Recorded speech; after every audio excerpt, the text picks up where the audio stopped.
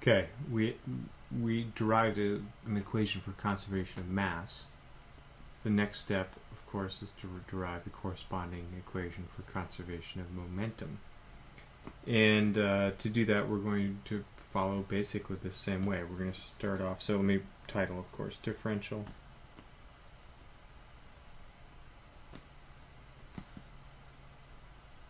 conservation of momentum.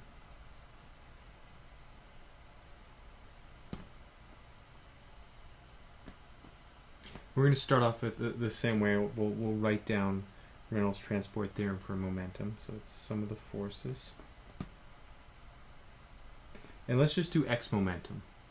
And so we won't have to deal with vectors. We'll just deal with single components of the vectors. And then it'll just be a notational procedure to kind of switch u's to v's and x's to y's to do the y momentum, and similarly for z. So sum of the forces in the x. That storage term, rho vx dv plus control surface rho vx v vector dot n dA. So as we've had it every time, but we're going to consider it again now for one of these small control volumes. So it's just some small little delta x, delta y, delta z into the page control volume. It's rectangular control volume, and it's small enough that things inside or things on faces can be regarded as constant on those faces. If it doesn't seem constant enough, we shrink it further. And we actually in practice shrink it to a point and take the calculus limit. So let's consider this first term here first. And so we're actually going to take the velocity vector, so we write here, and it's vx, vy, vz, and we're also going to consider u, v, w. We'll use this notation also. So u is in the x direction, v is in the y direction, w is in the z direction. And taking the storage term,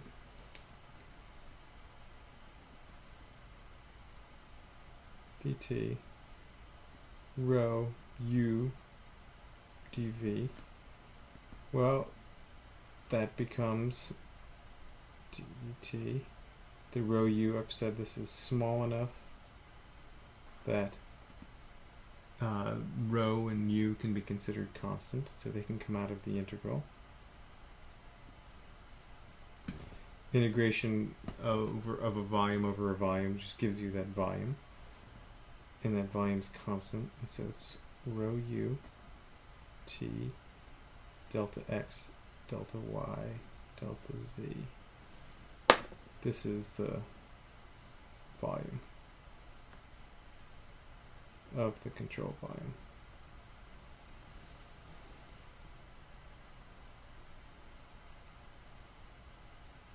Okay, so that's that term. This term, of course, is always more complicated, the fluxes. And so let's do this carefully. And let's first consider the fluxes out of the sides. And so we've got a normal here. It'd be equal to 1, 0, 0. We've got a velocity here, which would be equal to u, v, w. We're going to say there's a point in the middle, x, y, z. Got a normal here,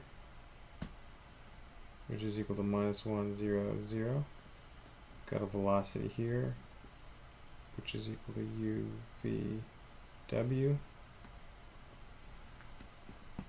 as before. And it's this delta x, delta y, delta z into the page control volume. Okay, so now for this picture, what are the contributions to this integral? So we're going to consider the integration part over this face and this face. And so this one, integration over that face, would be rho u, because it's the vx, the x component, and then the dot product of these, so n1 would be u dA, which is about equal to rho uu evaluated at x plus delta x over 2. That's where the face is. The center is x. We move it delta x over 2, we get to that face. The area is delta y, delta z. Delta y this way, delta z into the page. This face, rho u dA, but now with a minus sign, because you get minus 1 for the n dotted into that. So the v dot n gives you minus u. The vx gives you u. And so this becomes minus rho uu at x minus delta x over 2 times delta y delta z.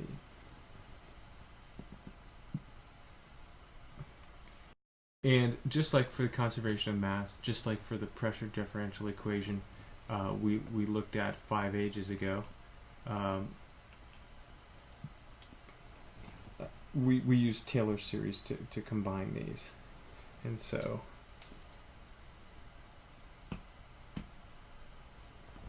you would write this one would be rho uu at x plus delta x over 2 times the x derivative of this, and this would be minus rho uu at x, and then minus gives you plus rho uu partial x partial this times x. The result would be rho uu dx at this point x delta y delta z. So far it looks just like conservation of mass, except now instead of rho u like we had for the conservation of mass one, it's rho uu, and we have an extra u right there. But there's another thing. There's more fluxes here, and this next one is quite subtle. It's easily missed in a first go at this.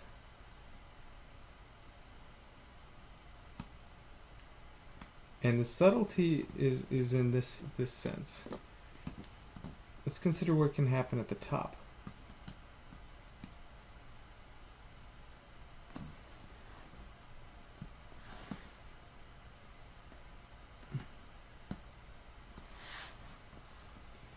This can have x momentum coming out, and so as I've been saying, it's integration over a face, rho u v dot n dA, and this n we have here is 0, 1, 0 now. It's pointing in the y direction.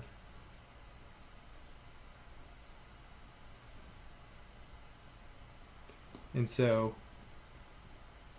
clearly this is still the Vx. V dot n is equal to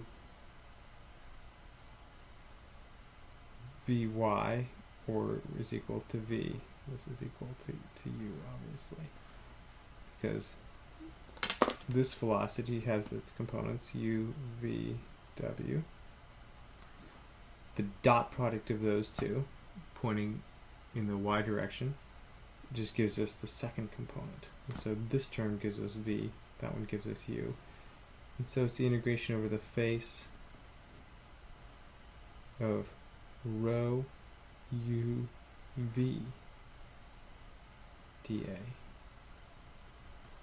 And with a little doing, it's rho u v at y plus delta y times delta x delta z. The top face has a dimension delta x that way, delta z into the page.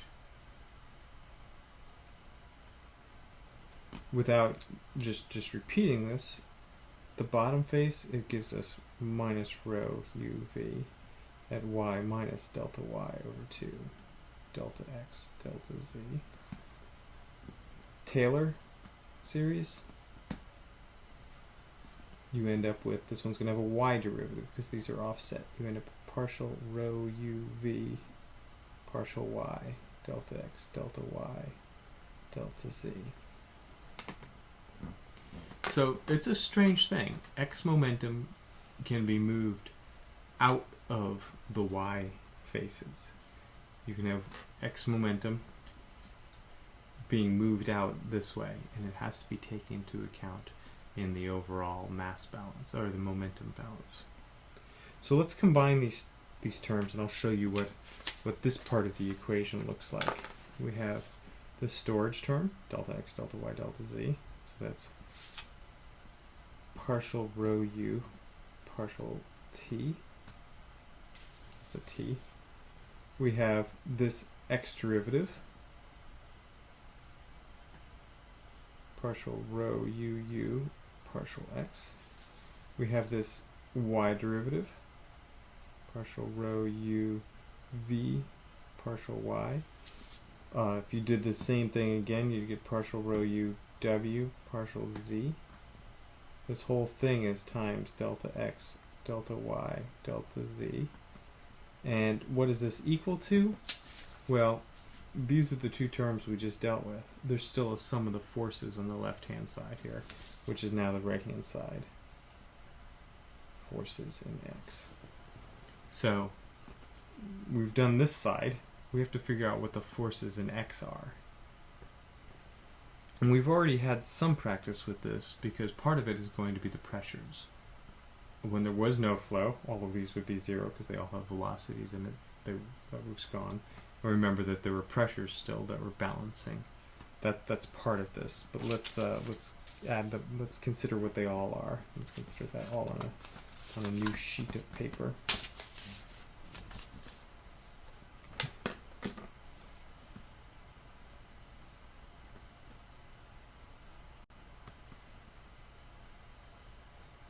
So there's our control volume. And I just said that there would be pressure forces acting on this, and so we know what this pressure force would be. If this is our point x, y, z in the middle, this would be P at x plus delta x over 2 y, z times an area, delta z. This is still delta x. This is still delta y. Delta z is into the page. And of course we would have a pressure force over here, and this would be P at x minus delta x over 2. I'm going to leave out the y and z there. And there are other forces too. They're viscous forces, viscous stresses in general. And you know that we've looked at that a little bit way back in the beginning of the course, but there's a viscous stress here. It's a viscous stress, x direction, x face at x plus delta x over 2 delta y delta z, and there's a corresponding viscous force over here, tau, x direction, x face at x minus delta x over 2 times delta y delta z. And viscous forces can be applied to the top and bottom. Just like there can be fluxes and momentum out, there can be viscous forces, stresses applied. You can have a tau x direction y face at y minus delta y over 2 times delta x delta z. And you can have a tau x direction y face at y plus delta y over 2 delta x delta z. And so, yeah, it's quite complicated. But it's the same things. It's plus delta x over 2, opposite direction, minus delta x over 2. Just like in hydrostatics, you're going to get a pressure derivative. And this one ends up with a minus sign because this is acting in the minus direction. So partial p partial x times delta x, delta y, delta z. Write these down, Taylor series, you get that. And you get this tau. X, delta y, delta z. We have a tau xx at x plus delta x over 2, tau xx at x minus delta x over 2. And we have a tau xy phase. Delta x, delta y, delta z. The y derivative comes from these two offsets in the Taylor series. And if we had the patience to write it out, we would have x, z, x, delta y, delta z. So, 1, 2, 3, 4 more stresses, a pressure stress and then these viscous stresses. And what are these viscous stresses? Well, we had some practice with the viscous stresses.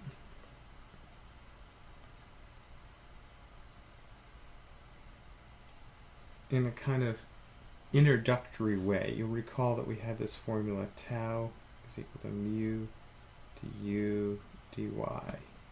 And this was for this little configuration. Like this, we had a tau being applied up here, and we had u in this direction. This was the y direction.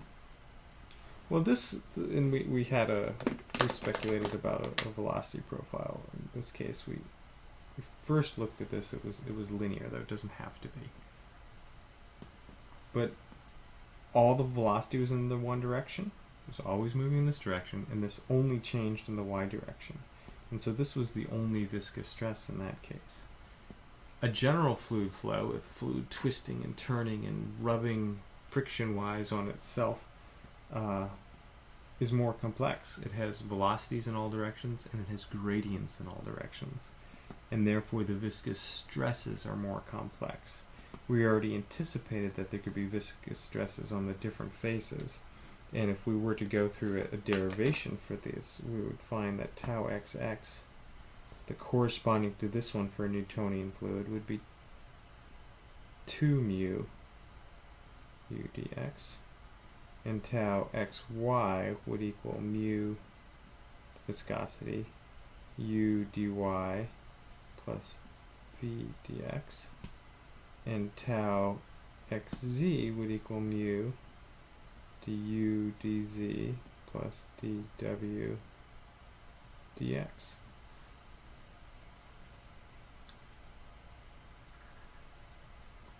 And you can see this one we had before showing up here.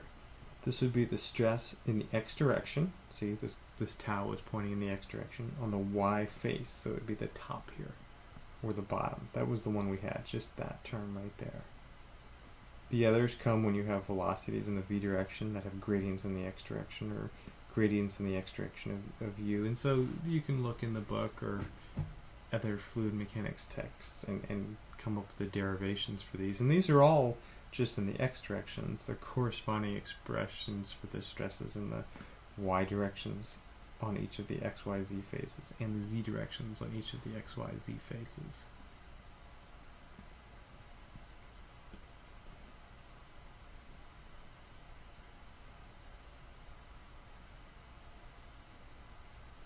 So I want to combine everything now.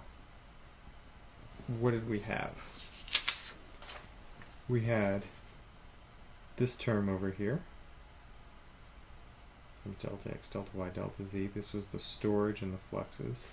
And now we have this set of terms, which is pressure and viscous stress derivatives. And we now have expressions for those viscous stresses here. And substituting them in is tedious, but straightforward, and it's documented in all sorts of fluid mechanics textbooks. So it's not that hard to get right. So let me start off with this term. So the storage term, partial rho u, partial t.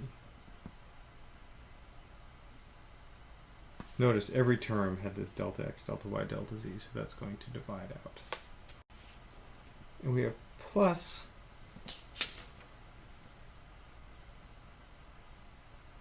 these terms.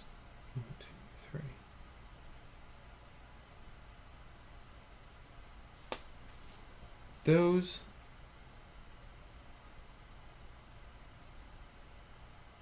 Those can be written like this. Again, a divergence.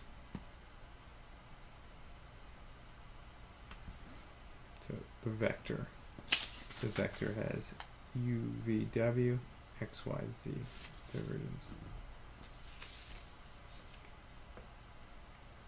On the right hand side, we end up with minus partial p, partial x. And then we have x derivatives of things that look like this, y derivatives of things that look like that, and we have z derivatives of things that look like this. And we have two of those, and so there's kind of this way to write that. Be u dx plus mu d y du dy plus mu z du dz. So there I'd taken this term, and one of these two. And let's take the other ones. Mu dx of du dx plus dv dy plus dw dz. So I took this term,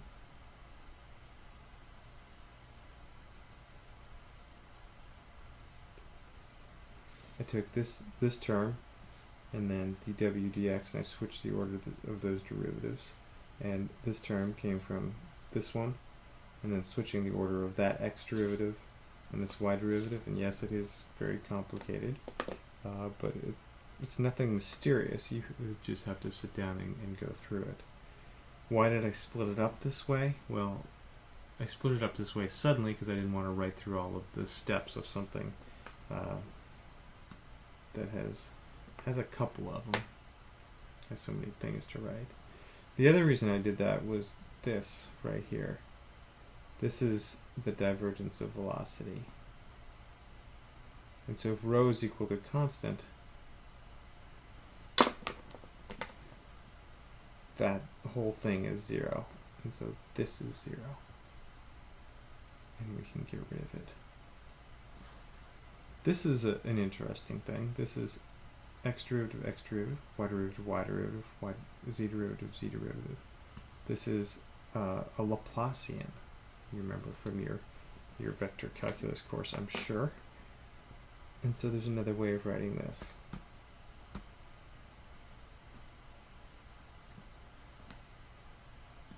Rho u v is equal to minus partial p partial x plus mu Laplacian of u.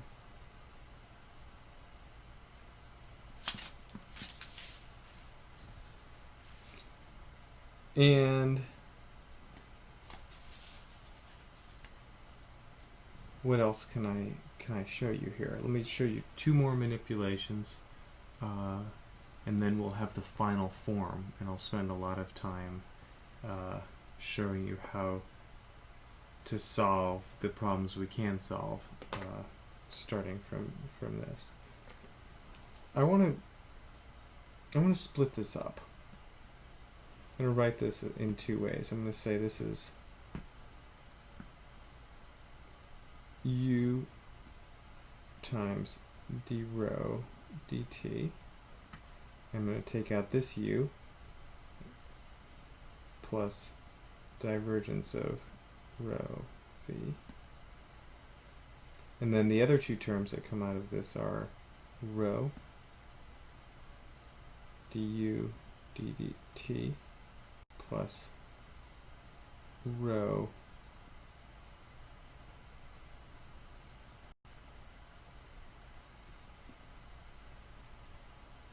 don't want to do too many things at once.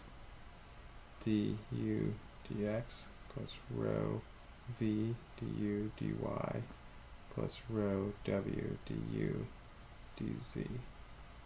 On the right hand side, minus partial p partial x plus mu Laplacian of u. So I did a couple things here. I used differentiation, product rule differentiation. I took the u out, left what else was in here, and then I took the rho v out and dotted it into the gradient of u, and that's what's left here. And why did I do that? Well, this is equal to 0 by conservation of mass. And go back to the last of these little lectures, or look at the list of equations in the book, and this is the conservation of mass equation, differential equation. So it's good that we got rid of that. This is exactly what the material derivative was when we derived that for the differential version of switching from Lagrangian to Eulerian frames. And so this one comes over here, and we can write this as du dt, the rho, is equal to minus partial p partial x plus mu squared u. And so this is a compact way of writing conservation of x momentum.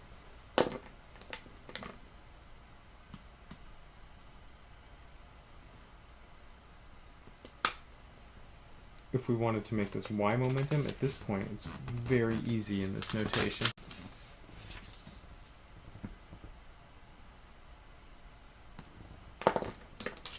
We go in here and we say, well, that's an x idea, x velocity, x derivative, x velocity. Y momentum, it would be rho dv dt is equal to minus partial p partial y plus mu Laplacian of v. Z momentum,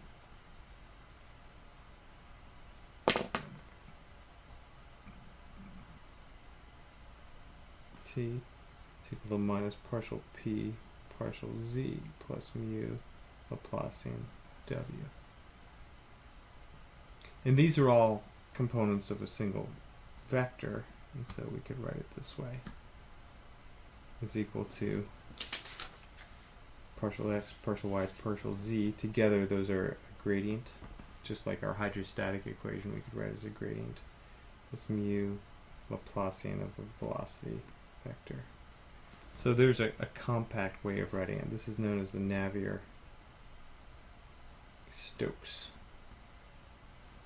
equation. Stokes really wrote it. Navier added some ideas of viscosity to it and made an advance in that way. So clearly this is a sophisticated thing. There is a Millennium Prize in mathematics of $1 million, I believe, if you could prove certain things about this equation. It's generally intractable. We're going to solve it for some special circumstances. Basically, I'm going to show you how to cross out terms that are zero in some special circumstances to illuminate how it works. This is at the workhorse, though, of software packages used all over the place, in companies especially, that solve it on computers, so numerically, to give engineering answers for certain situations. And I'll talk a bit more about that at some time. And so clearly we need some examples before we're going to understand how this works.